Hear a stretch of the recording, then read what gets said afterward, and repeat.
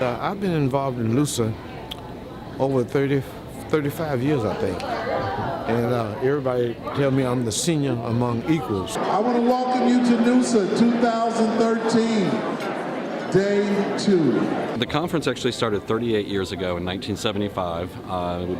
We've held it across the country in a variety of different locations. This year is in Minneapolis. Next year will be in Eugene. But what it does is it basically attracts neighborhood leaders from across the country to come together and really look at things in a new light. It's diverse. You meet young, old, black, white, Latino. I mean, it's just amazing. Community organizing, bringing new voices to the table has been about being the right thing to do, and it is.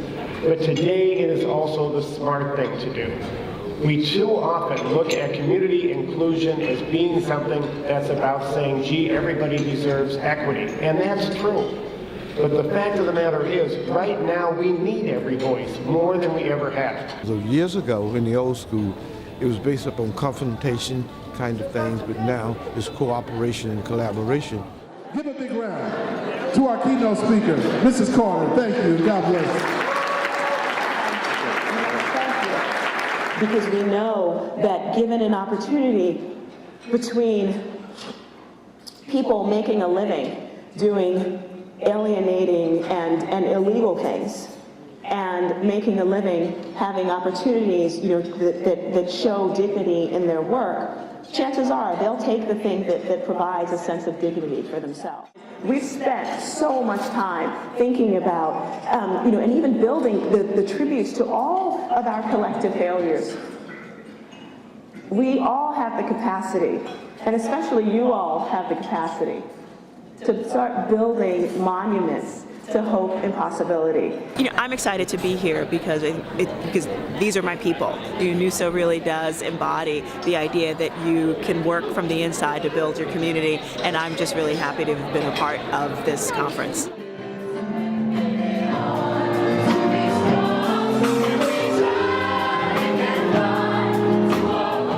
NUSA brings together the people at the front lines of making cities a better, more interesting, more lovable place. And it's a real privilege for me to be able to speak to those folks, to hear from them, and maybe share a little inspiration and a few ideas that maybe they will take back to their own communities to make them a better, more interesting, more lovable place. The thing is when you're down there in sort of that technical weeds, chances are you're going to get a pretty technical solution to that problem, right?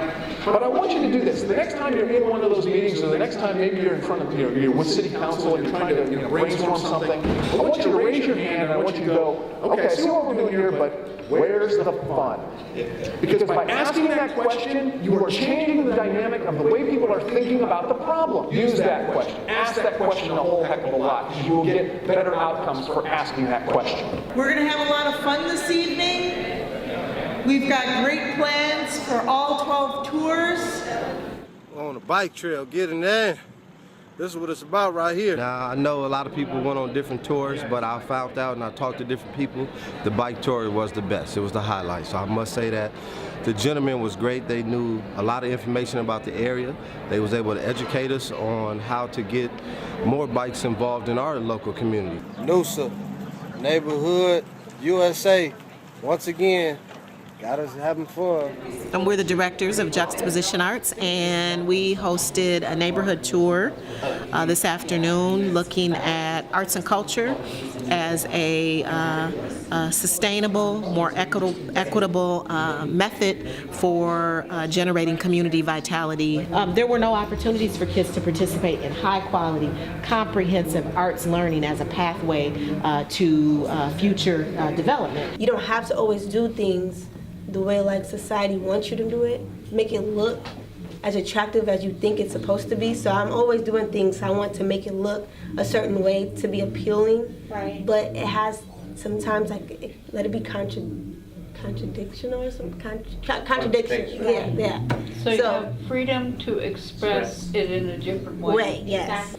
I'm not really heavily involved in arts and expression and things like that, but it really helps you put things in a different perspective. And we're going to be looking through 6 lenses of community assets. And our hope is that the activity will help you all think about your own community. So I had politics control who was in charge.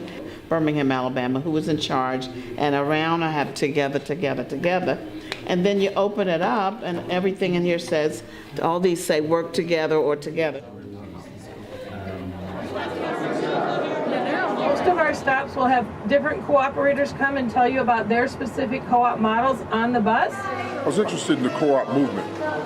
In Chicago, we've had some co-op operations that have come and gone, and I've always wanted to take time and learn more about what it was all about. I'm from Japan. What was your favorite part of the tour? Warehouse. Because I know the cooperatives, food co-op or the bike co-op, but I've never seen the warehouse co-op.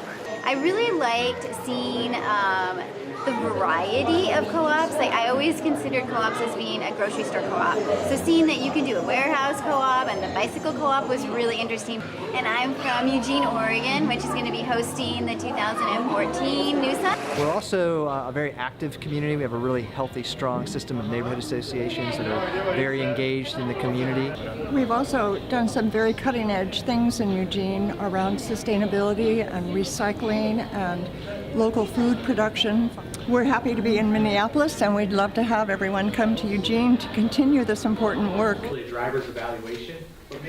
Getting together and meeting others from other neighborhoods, other cities, other states, and understanding what they're doing to improve their neighborhoods and to bring neighborhoods together collectively as communities is a great way to network and get information and take it back to your own community.